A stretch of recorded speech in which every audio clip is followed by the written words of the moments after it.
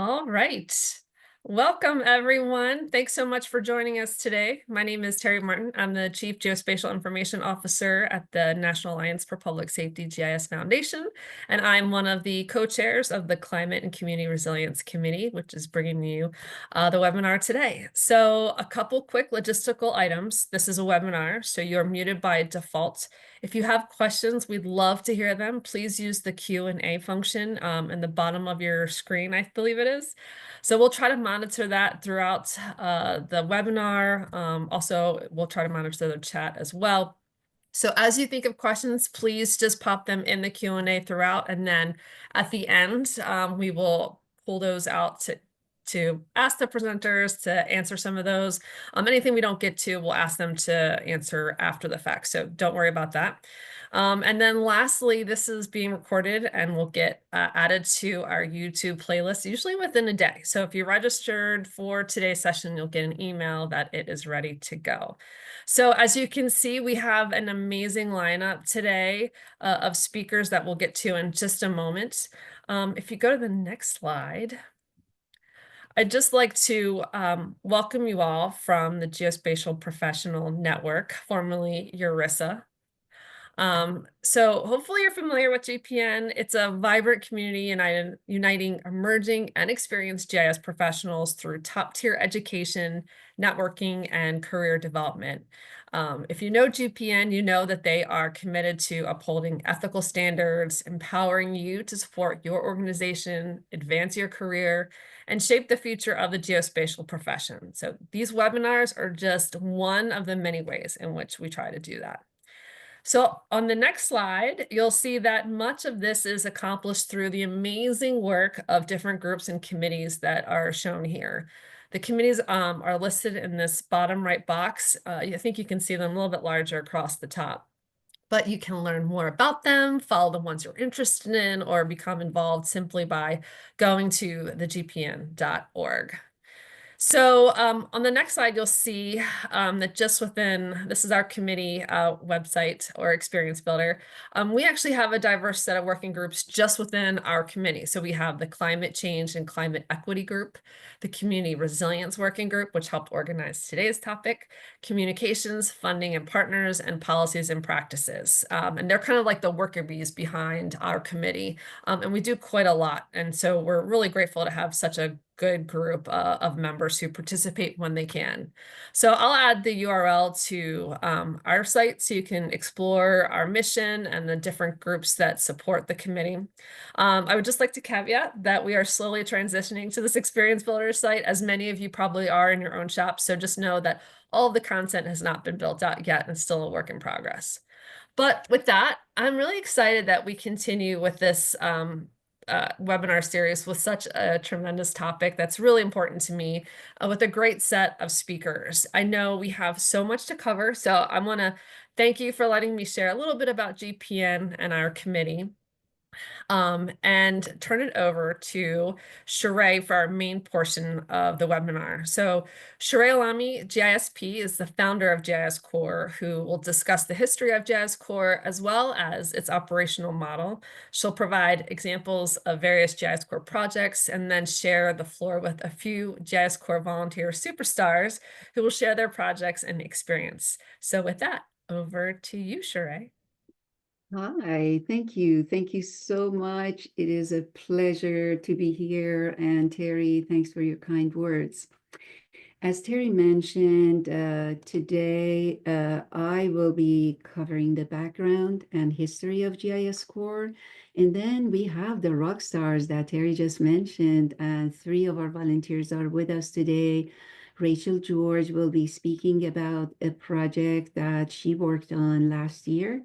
And then Meredith Loudon and Sam Olivieri will be speaking about the project that they worked on both last year and this year. So with that, the Q&A, I think, was addressed. So we're going to move to my portion. And I thought about first, talking about the GISCorps mission for people who are new here, for the new audience. And our mission is to coordinate short-term volunteer GIS services to communities in need worldwide. Very concise, but that's exactly what we've been doing for the past 22 years. My apologies. So how does GISCorps work? A partner agency, which is typically a non-governmental agency or a non-profit organization, submits a detailed online request for short-term GIS support and services. And the core committee of GISCorps, which I will show you in a moment, they evaluate the request and then query the volunteer database for individuals who best meet the necessary qualifications to complete the task. I should mention here is that this pattern and this pattern works mostly for what we refer to as standard projects, but our disaster response projects take a different model that I will speak in a moment. You should know also that we do work with governmental agencies in post-disaster and also for humanitarian purposes. I offered the idea of GISCorps in 2001 to quite a few colleagues at URISA. It was called URISA at the time, URISA conference in Long Beach. And everyone really embraced the idea. And in October 2003, the program was endorsed by URISA. And since then, 22 years later, we have launched 370 missions and have received 400 requests for volunteers. We have over 10,800 volunteers and have put over a third of those volunteers to work in 81 countries, and they have contributed over 102,000 hours, volunteer hours in the past 22 years. I encourage you actually, just in general, to go to our website and check out our dashboards from the which is on our homepage, both the mission statistics and also volunteer statistics, because it's an interactive dashboard and you can examine different parts of it at your leisure. And the next one, this one obviously is showing some of the numbers that I just mentioned, but the next one is also showing the location of our volunteers. No names, of course, but the areas of expertise of the volunteers are also listed on the same dashboard. So who do we help? As I mentioned, basically, and there are non-governmental organizations and NGOs, over 200 of them in 84 countries so far. And the areas that we help them is listed in here: humanitarian aid, environmental conservation, public health, disaster response, capacity building, and many more. Because the presentation is pretty brief, I thought I'll just talk about some patterns of deployment. In early years, most of our projects, if not all, were on site. The technology was not where it is today, 22 years ago. So these are some of the photos of a few of our projects in early years. For those of you who've been around for a while, you'll see that we were very active on the right, the Hurricane Katrina. We sent quite a few people down in the affected areas. And on the left-hand side, it was the post-Asian tsunami when we sent multiple volunteers to Indonesia.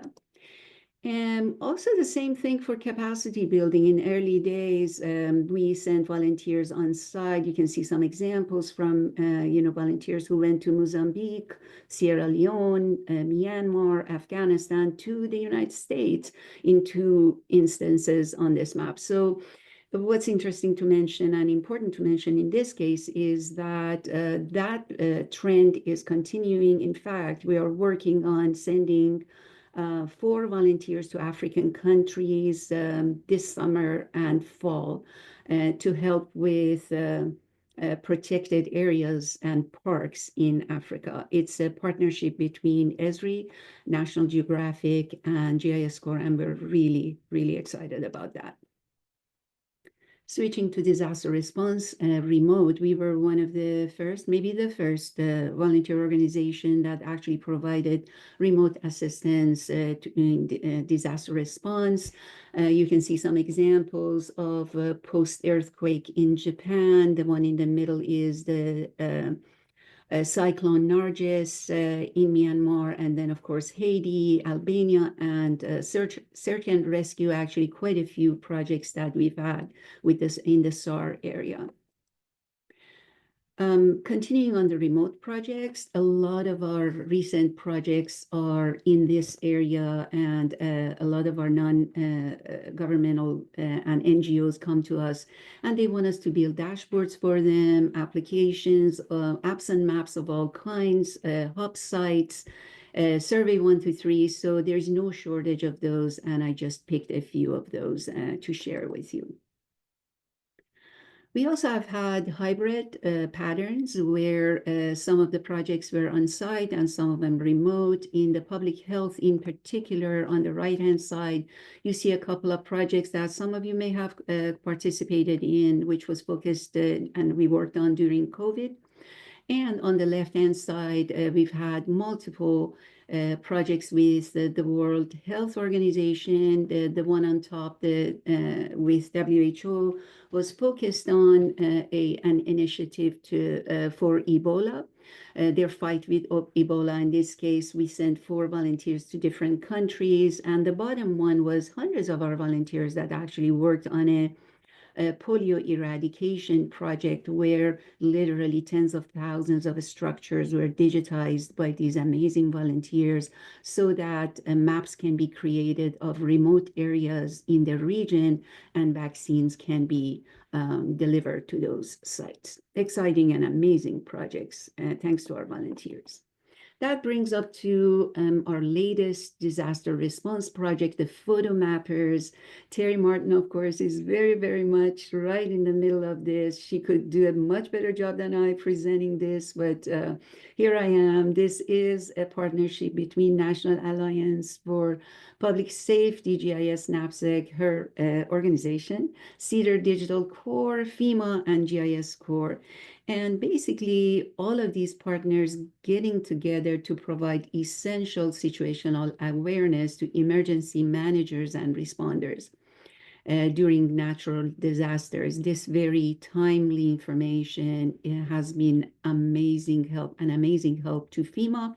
And we've been on their screen in the midst of all of these multiple disasters that we have contributed to.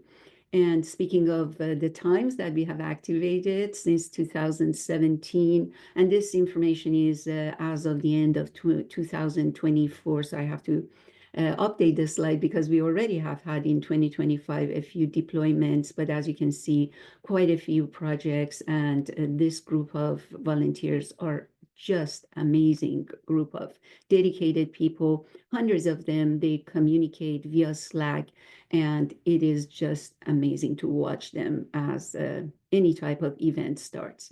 If you're interested in joining Photo Mappers, take a photo of this, but also as a reminder, we will be providing the slide deck to you so you can also take a look at it later. And getting close to the end, I like this slide because the benefits it brings to the forefront, the benefits of volunteering. In a nutshell, it's about learning, it's about teaching, it's about networking, and most importantly, to my heart, it's doing good. And of course, you know, when you do all this, your hours that you contribute to the project can be utilized towards your certification or renewal. And the cost of all of that to the volunteer is zero. However, there are things that that a volunteer needs to commit to. They need to complete their work on time. They need to stay in communication with GISCorps and partner organization. They write a report at the end, which you can examine tens of those from our website and submit their feedback and report their hours. pivoting to the important people who actually run the business of GISCorps. It's our core committee at this point. There's 6 of us, and we are actively looking for 2 additional members for our disaster response. So if you're interested, please apply. There's been a lot of materials sent out about that. And of course, our program coordinator, Megan Sir, without whom we wouldn't be able to do what we do, thanks to her. And of course, our fabulous advisory board, whom been with GISCorps for years and years, and we are so grateful for their service. So that's me, and that's what I had to share with you. Thank you so very much again for being here. I'm going to hand it over to you, Rachel, and just let me know when you're ready to move the slides. Thank you. Awesome. Thank you so much. So hello, everyone. My name is Rachel George, and I did a project last year at Oracabessa Bay. And so it was the Oracabessa Marine Trust Program, or OMT. And so there are many different kind of parts to this project that I did. So we did habitat delineation, and I'll be going over that. But we also did patrol data collection, where we were training the wardens in the area to use different apps. So we helped them with Survey 123 and collection, and then we also had a water quality portion of it. So there was really a lot to this project, a lot of fun that I had working with the Oracabessa team. But if you do the next one, yeah, so specifically for this one, I'll be talking about the habitat delineation portion of it. So next slide. So first thing is the purpose of this. First, on this slide that you see, or this area you see to the right, it shows the different types of habitats that you can have in a marine habitat. So a lot of variety from seagrasses to corals and even sandy bottoms. And so all of these different types of habitats work together to do so many different things. Specifically for marine life, you can have marine life that, has its nursery time in the seagrasses, moves to the coral, and even vice versa. You're having your nursery being in the coral, and there's also different types of, areas of coral. So a lot of different habitats. And so not only are they supporting marine life, they're also stabilizing the shore, and they also affect water quality.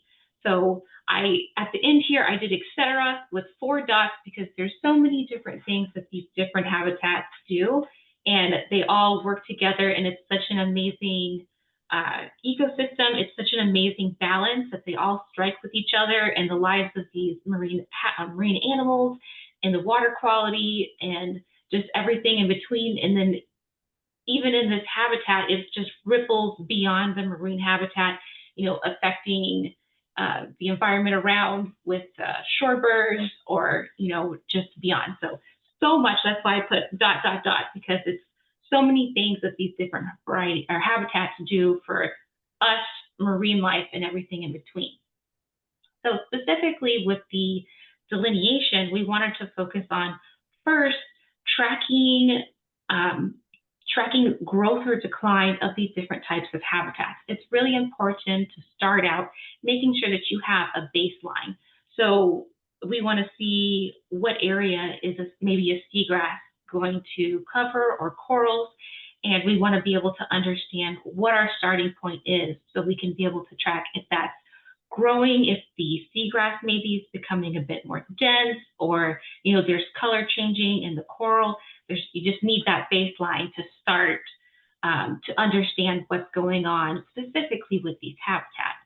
And then once you have that baseline for these habitats, then you can start bringing in fisheries data. As I said, on the left here, there's a photo of the seagrass. You can see that seagrass, you can see density. So you're making data-driven decisions to help you manage your fisheries.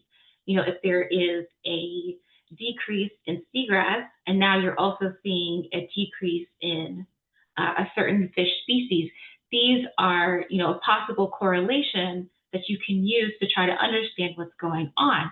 And so what this also does is it gives a possible reason for funding. So if you're saying that a coral is reducing, that's something that you can submit for funding to say, hey, this coral area is being reduced. We have data that shows that, and this also is affecting this fish, which is affecting the fisheries, and like I said, that ripple effect of just affecting so many different things.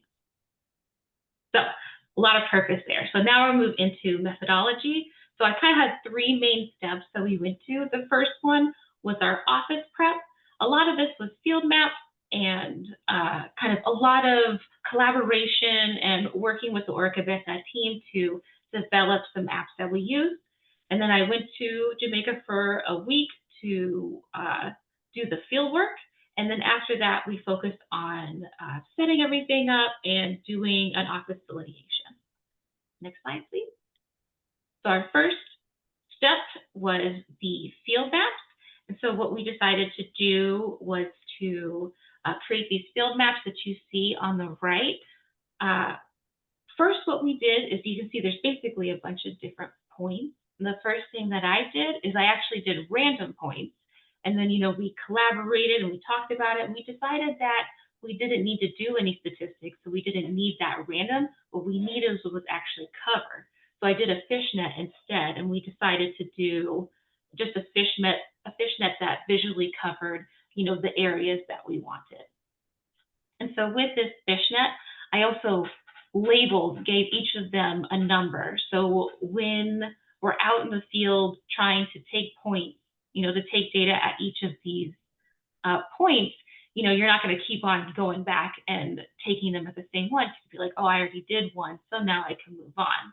And so that's what the yellow points are. And then the red points are ones that they already did. So we knew that we were going to be able to move on, and you're not repeating survey points that you've already taken. Next slide. Thank you. So the next part was, as I said, going to Jamaica and working with the Oracabessa team, and we developed a quick capture. So the quick capture is the small one on the left.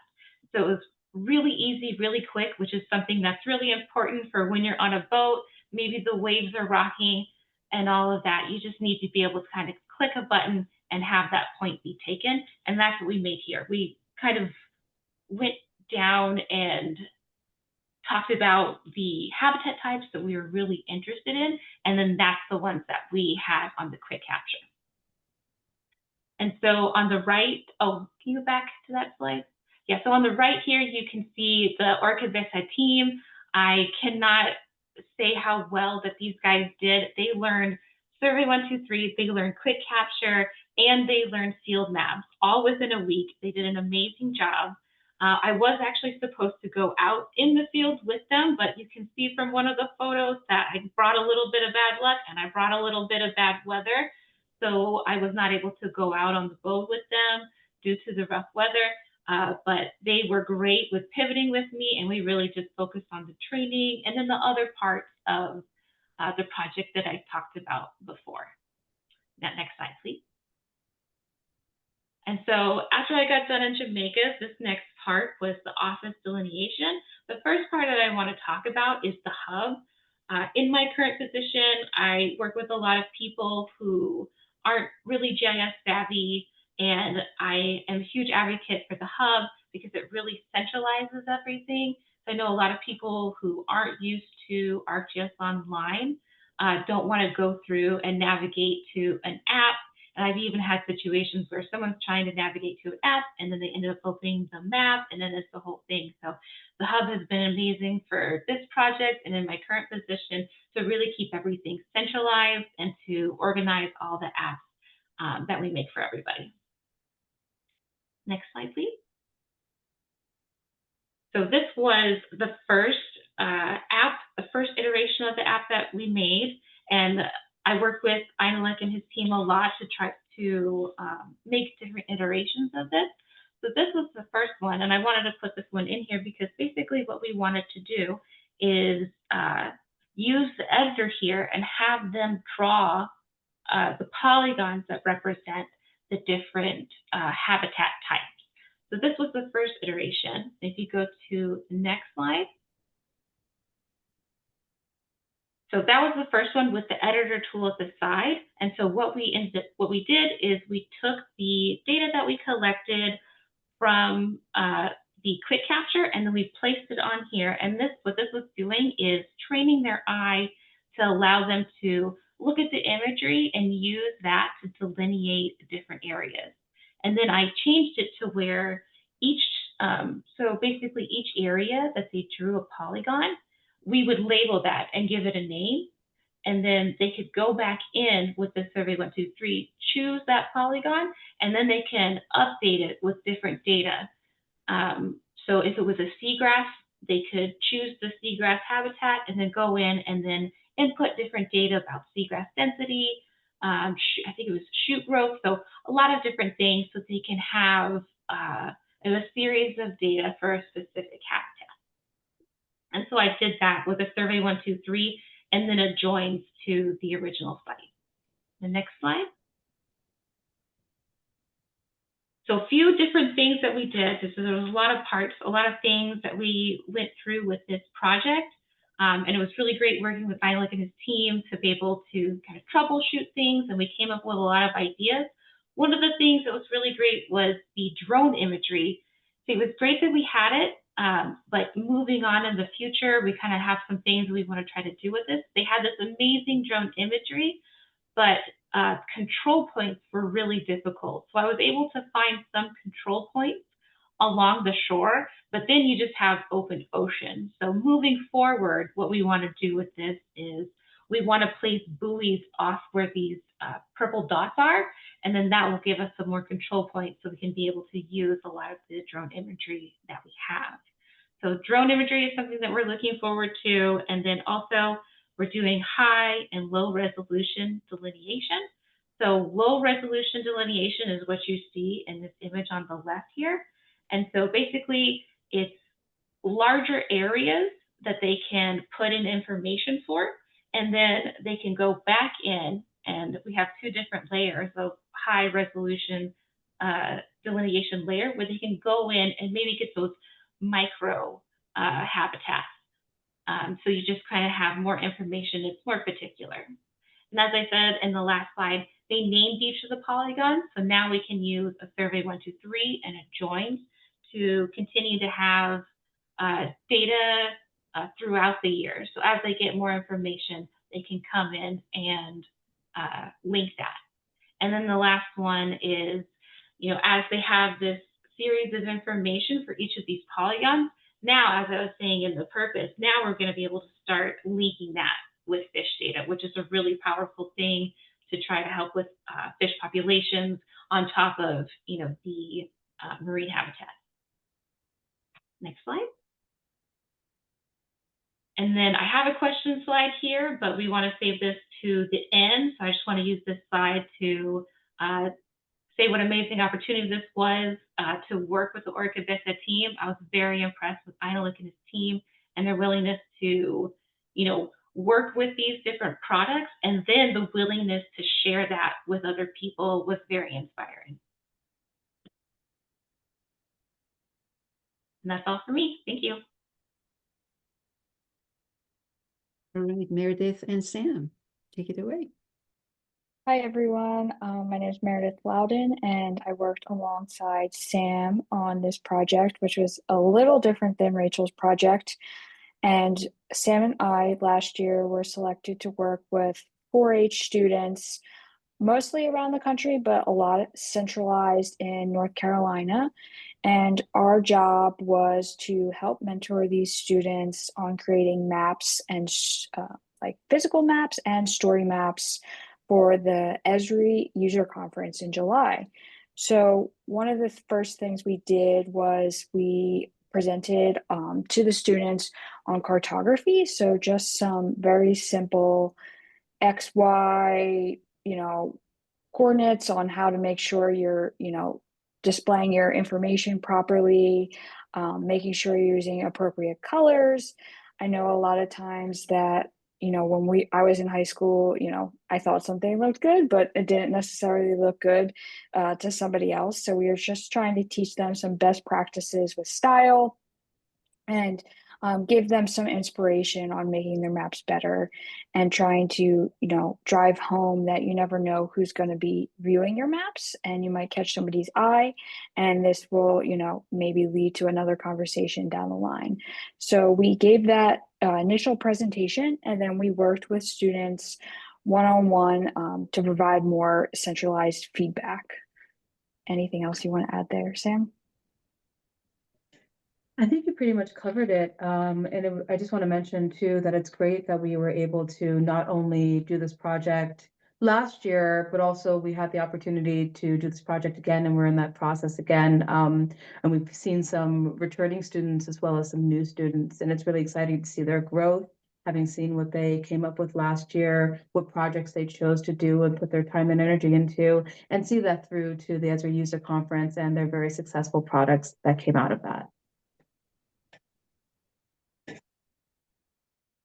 You can go to, yep. So one of the students actually that I worked with one-on-one, she got first and second in the map gallery for high school students at the user conference, which was really exciting because it kind of showed that, the feedback that Sam and I were providing these students, they actually listened, which was great.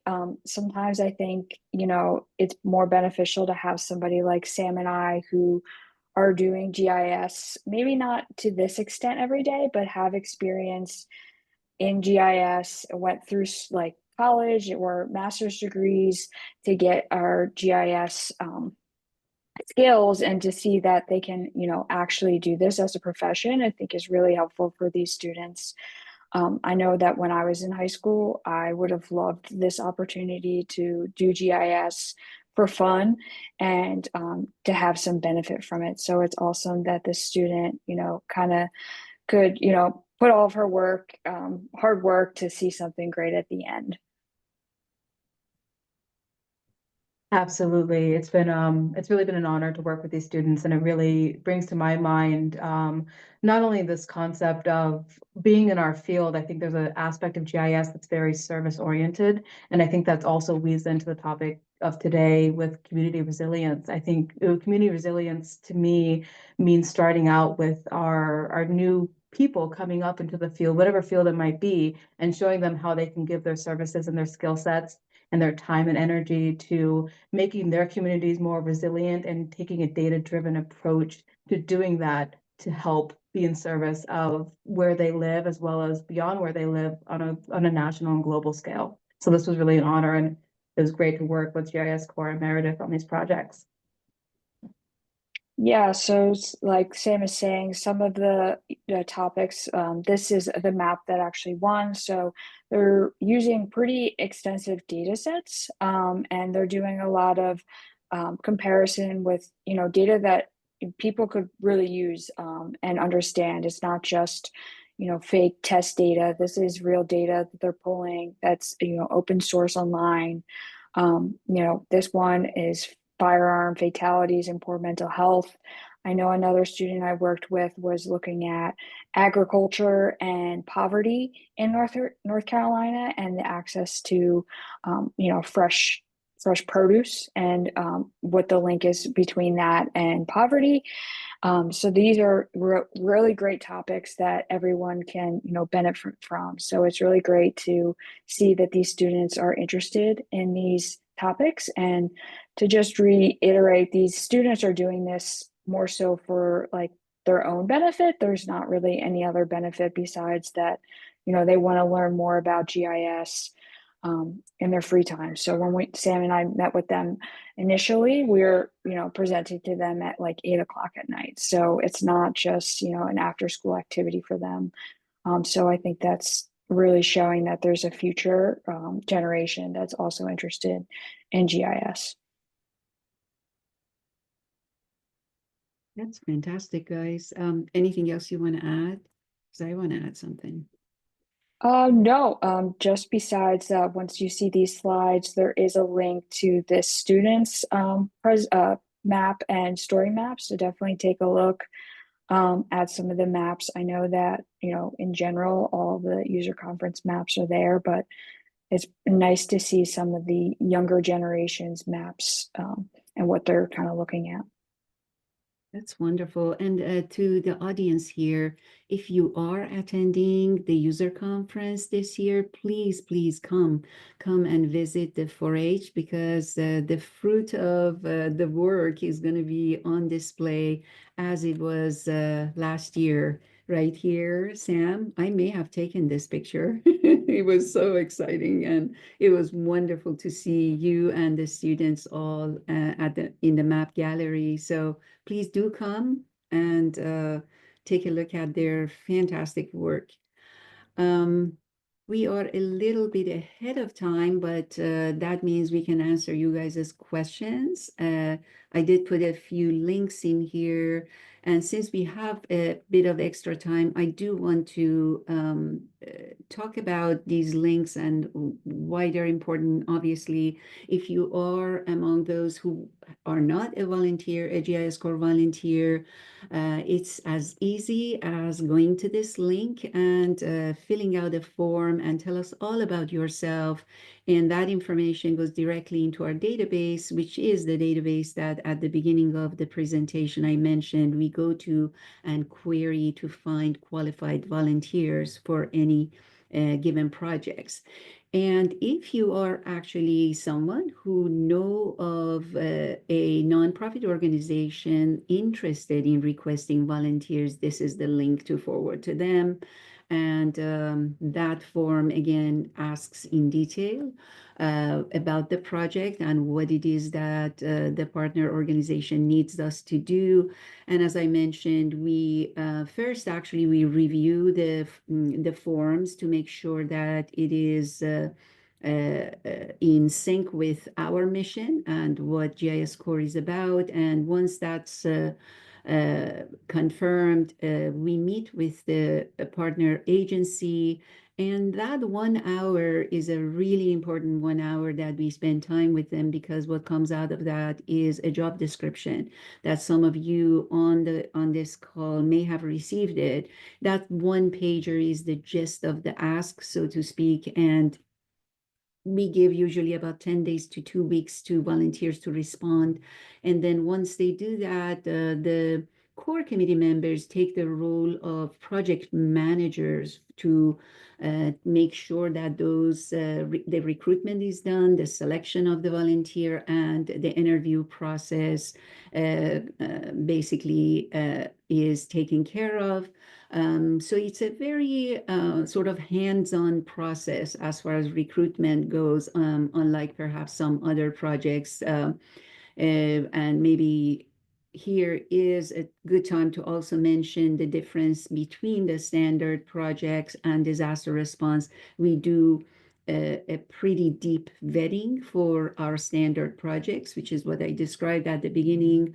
But our disaster response, our photo mappers at this time, they don't go through an interview process, but basically they join a group of avid experts that are there to teach them how to do what's needed, what needs to be done, and all of the communication, almost all of the communication happens on Slack in that case. Terry, do you want to add anything else to the disaster response model that I may have missed to mention? I can. So one of the things when you are interested in becoming a volunteer, I was really impressed first with, how you all capture the different skill sets that a volunteer might have. So it can be anything from like, Esri or QGIS projects, but also, with I think it was Rachel who had an extensive background in environmental science, clearly that she matched with GIS. But in addition to that, they've given us our own box, which I think is amazing, where you can say if you're interested in signing up for photo mappers.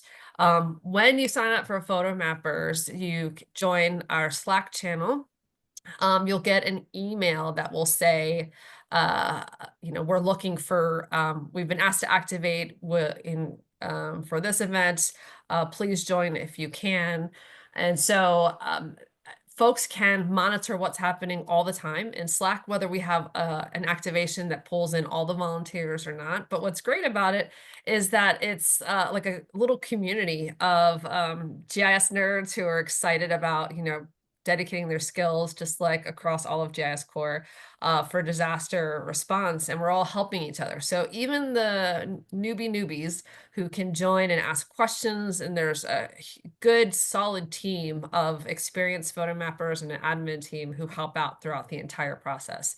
So there's like easier kind of positions that folks can fill early on, which is mapping photos that we've already pulled together. So we have some of our more experienced team who will scour social media to find disaster images, and they put them in a queue. And then the new volunteers can go in and select a photo and find it, using cues in the photos, using information that whoever found the picture can help them with.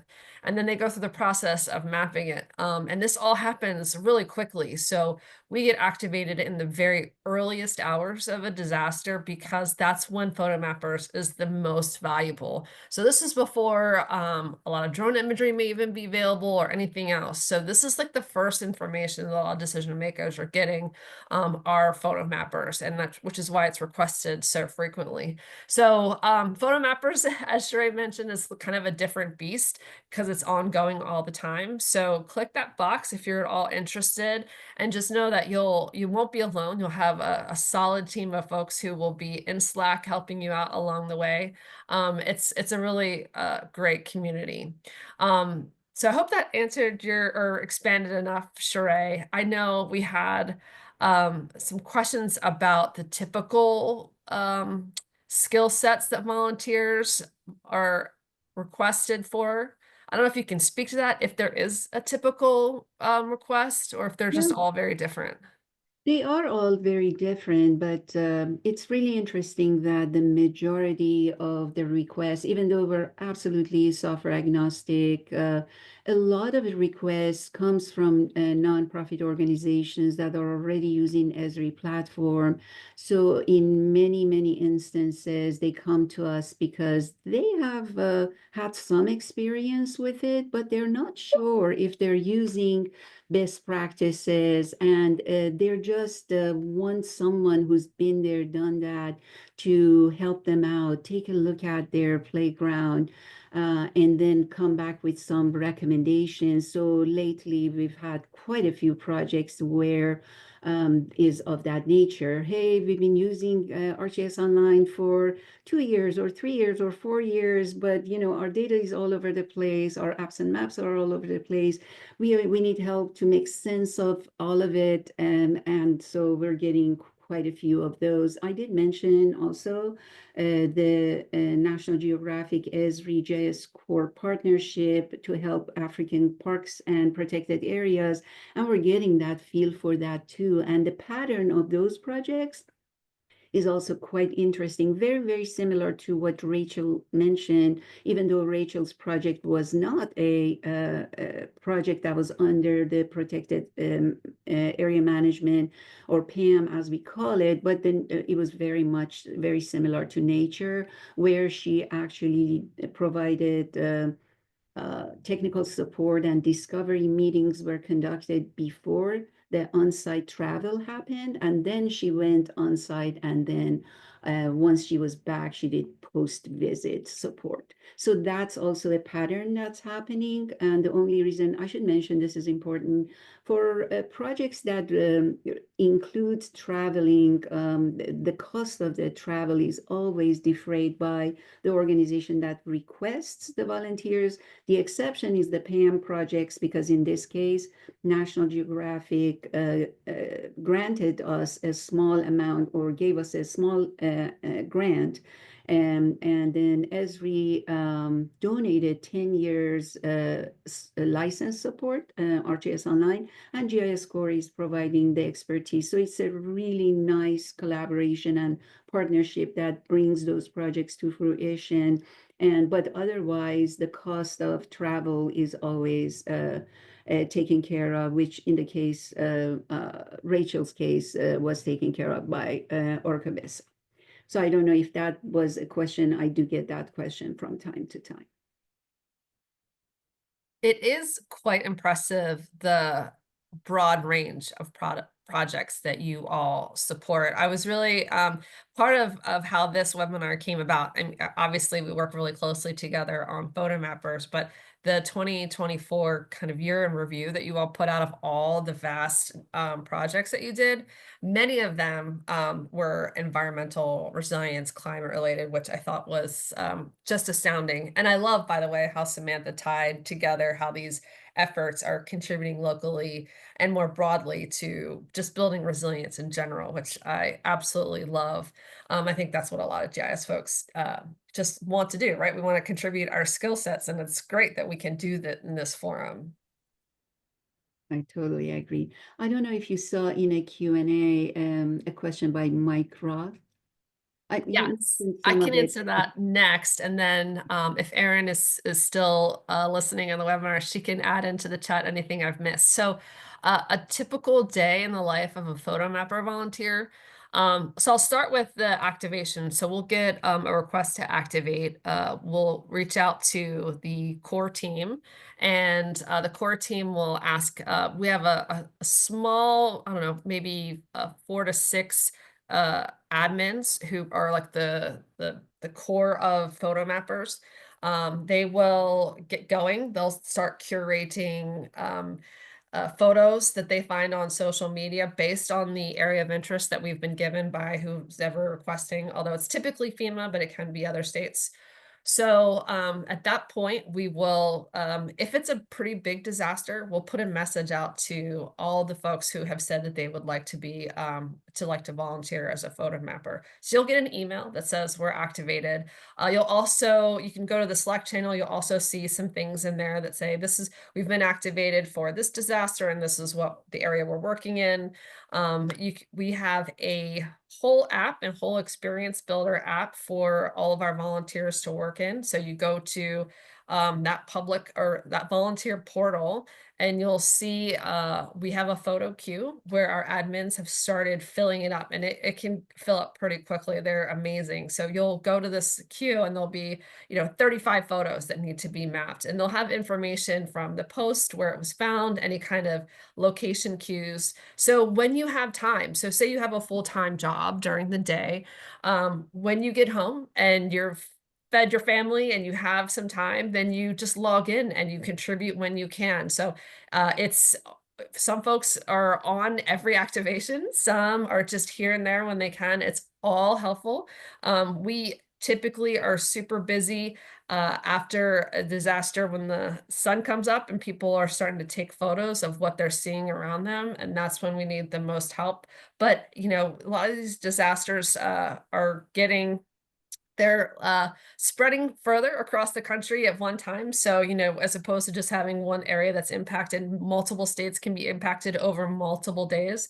So if you can get in and volunteer, an hour here, an hour there, it's all super helpful, especially when we're activated for sometimes a week at a time. So hopefully, Erin, if you're listening, I captured all that I don't know, Shoreh, did I capture what you think they were looking for? I think so. Yeah. I'm just looking through. Good. To see if there's anything else I missed. I appreciate, Shoreh, you talking about the whole process for requesting volunteers. We did that recently for an effort for the Climate and Community Resilience Committee, where we needed help updating an app that has become really important to the community. It's a resource on social risk and resilience indices. And so we built that with the committee. It was actually a collaboration between GPN and NAPSG a long time ago, but it was starting to become outdated. And you all were amazing. We had it was a need that we identified. We met with you all. We did that interview that you said for like an hour, which kind of created the job description, and then you put it out and found amazing candidates that you interviewed in a really short amount of time. And then, I don't know, I feel like within maybe a couple weeks, we had someone identified who could start working on it. Does that sound right? It seemed like it went really fast. Yeah, I mean, I'm glad you mentioned that because I didn't touch on the duration. Again, these standard projects, because we vet the volunteer and we interview, we have to give them some time, right? When we send the job description out, we give them about 10 days to respond, and then about another 10 days to interview and find the most qualified volunteer. And then what comes after that is a kickoff meeting between the partner agency volunteer and the project manager on the GISCorps side. So we basically level set on what was said to both parties. And then it's important to also mention that at that point, the GISCorps project manager sort of steps back and by stepping back, I mean that they're not actually attending the meetings between the partner agency and the volunteer. That happens, but we make sure that the meetings are happening on a regular cadence. We do recommend standing meetings on a weekly basis, even if it's a stand-up for 15 minutes, because projects can basically fall off people's priority list, especially volunteer projects. So we've found after 22 years and 370 plus projects that those types of things and recommendations really helps the health of a project. And so by stepping back, again, back to that is we get back with them on a monthly basis because the core committee of GISCorps meets virtually on a monthly basis. Our members are in the United States and Canada, and we do see each other once a year if we are lucky at a conference. But basically during those monthly calls, every project manager reports on projects that they are managing, which makes it very, very important for the partner agency and the volunteer to communicate back on the health of the project. So I wanted to mention that because it's important I think, for the audience to know what our role is at the very end of every project. Again, the project manager's responsibility is to make sure that a web report is written, approved, and then they take the responsibility to post it on our website, and we send certificates of appreciation to volunteers, and also GISP letter that lists the number of hours that they have earned towards, as I mentioned, towards their certification or renewal. And that is really, in a nutshell, a standard project. And we try our best to make it as quick as possible. But unlike disaster response, that when the call is made, people have to jump in, and it's short, intense period. Standard is much longer and goes through the process that I just described. Hopefully that makes sense to everyone. I think it did, and I can second that. You clearly have a lot of experience with this because when we came in, we met with you, you did have all of those.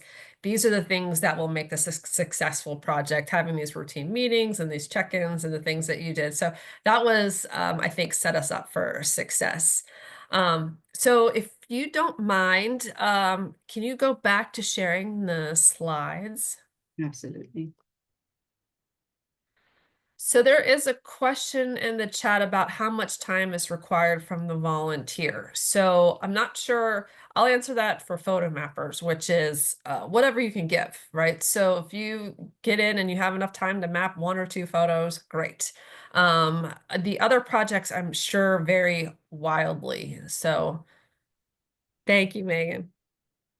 Am I sharing the screen? Not yet. Not yet. Okay.